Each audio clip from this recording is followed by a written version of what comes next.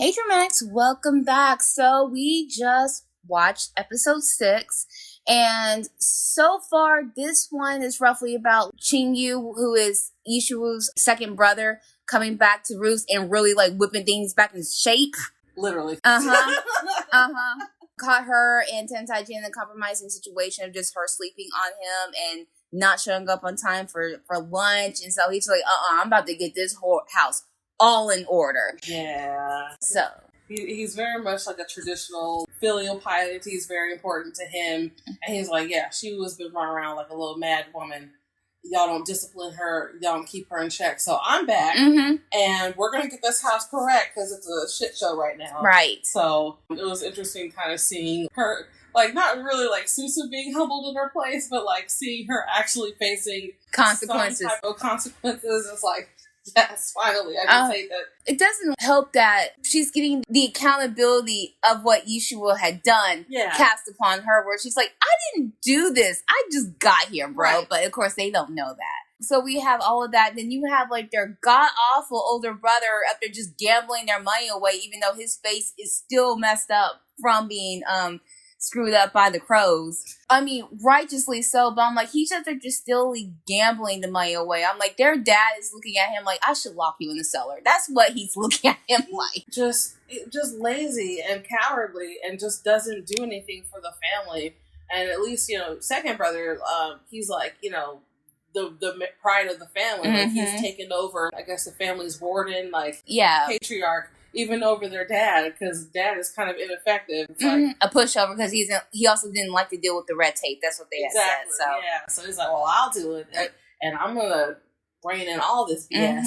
He's like, and before I leave, everything is gonna be where it should be. Yes, it's so interesting seeing the dichotomy of him in his element at home, like being like this nice big war hero, older brother. And then getting around that demon and being so just completely taken.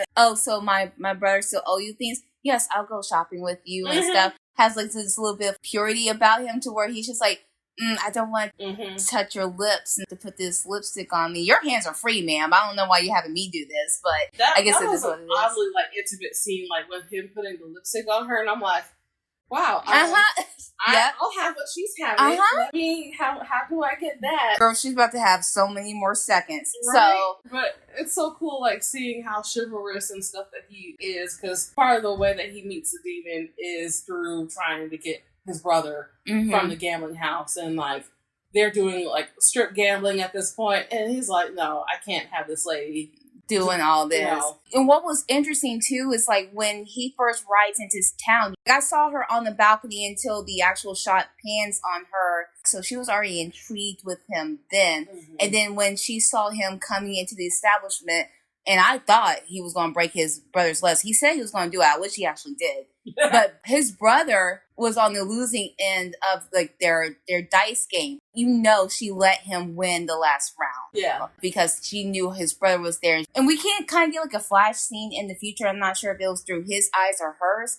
But did she already like know or have a feeling about this man? Like, why is she immediately attracted to him for? Yeah. I don't know. But I'm like, you can tell she's very alluring and seductive. But with her fingernails and doing all that. You want to come over to my house, get some tea? I'm like, oh, girl, get your man. Like, I mean, she's already just like, I already found you. Let's go ahead and do all of this. And he's just like, I got stuff to do at the house next time. But she's like, I still got your cloak. So do you want it or not? Right. It's like, I'll come back, get it later. He couldn't hightail it out there fast enough. It's almost just like he was warring with his piety, trying to keep himself pure, walking the best walk, but he's like, oh, you're too much of a temptation. I can't deal with literally, his whole entrance it's interesting because he comes in on this white steed and dressed in white armor. Yes. He's very much like a hard line, okay, rules are rules, this is the tradition, this is what we do, and she's like completely upending all that. And it's so funny to watch him because it's like this little scared virgin. He's like, I can't do this. I can't touch you. I have to follow the Lord. Right. I have to go pray in my prayer closet.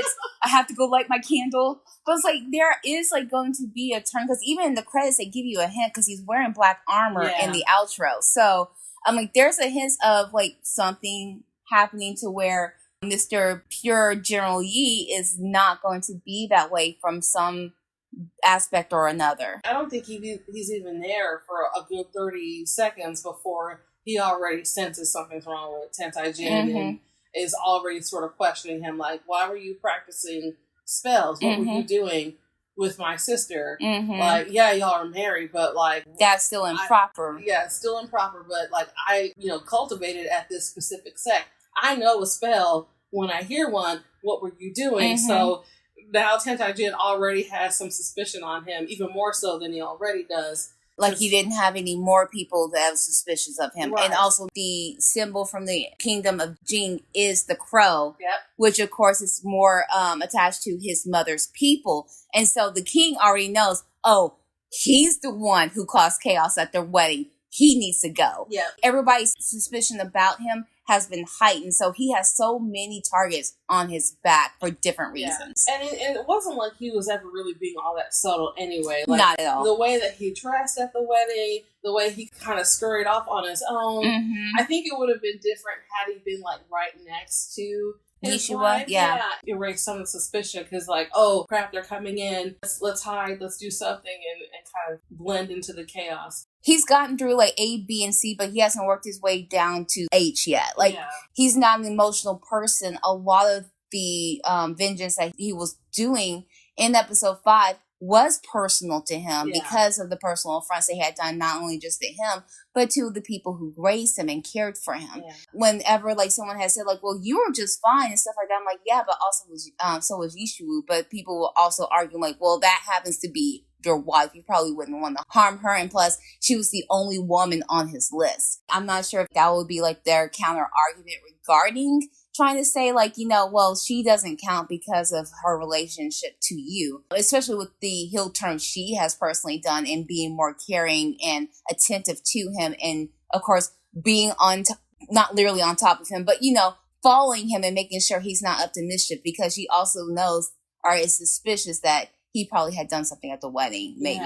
But I'm like, I know everyone else is zeroing in on him. So, and now also his aunt has returned into the fold too. Yeah. So the caretaker coming back, and I'm still kind of trying to figure out like what's going on with them, but it's just like poor Tentai Jin. He just can't catch a break. It's just like he's trying to leave, he's trying to escape and get away from this place, and I feel like every episode is going to be like, let's prevent him from getting killed. Because even when Qing Yu came back, like immediately there's already this threat that he places because he's already on suspicion. He's already on high alert. And it's like, oh no, I might have to take this man out. Right off the bat. So, but I did like parts when they were learning the spells and stuff and, doing all the different illusion work. And that was really cute.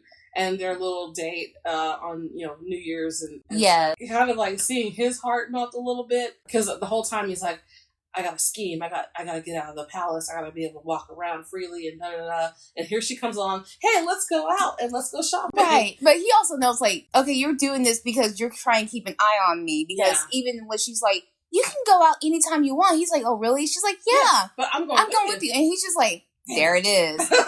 From what I think like his assumption was is that, and what I think Qing Yu has said, he did when he said like original Yishu Wu didn't have the fullest box of crayons, she was just mean. Yeah. But she was not fully like the smartest person there was to figure out like, point A to B. She was somewhere in between. She was just cruel. She was straight up cruel without any consideration for consequences. But then again, she never had to face any.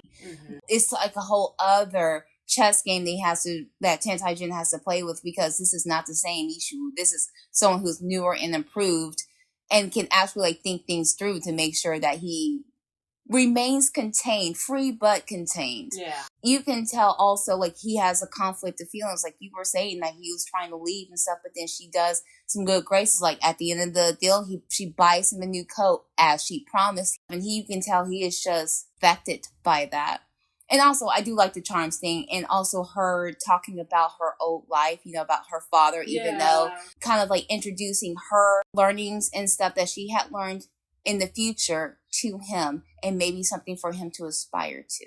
And him sort of recognizing that love can be a powerful tool and a charm, and grappling with what that means and how is that expressed, because he was not unable to do like cast any spells or anything until she got to him and was like, all right, I'm sleeping on you, right, I want to go to sleep. I wasn't sure if it was like akin to Dongfang Ginseng's tree that Orchid had touched and cured. We had talked about that. Yeah, and so I'm not sure if that's the equivalent, like it's a tree, or if it's actually the love threads that he didn't have growing.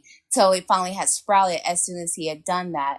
And it's crazy with well, not crazy. It was meant that he wouldn't be able to be shown that until it came to the person, as far as he knows, would be someone that he's willing to love and care, and all the aspects of love, care, die for, whatever, that person. It came underneath her care, even though he's still suspect of what that care entails. Even though technically they're opposites in terms of like their abilities and skills and temperament, them coming together, they would actually make a good team, because when they were trying to suss out the demon in the streets, and she was like, I smell something weird, it feels strange, and he's like, it's the demon, and she's right there. And it's like, could you imagine if they teamed up? I don't think he caught it yet, but the fact that she picked up on a strange smell and he picked up on it too, I'm wondering like when we're gonna get to a part where he realizes like, wait a minute, she might be immortal in some way. She might have some other. I know the answer to that. I will not tell you. Okay, I'm ready for the next episode. Well, so we're about to get into episode 7 already. Oh my gosh! So we will continue watching this and expressing our thoughts.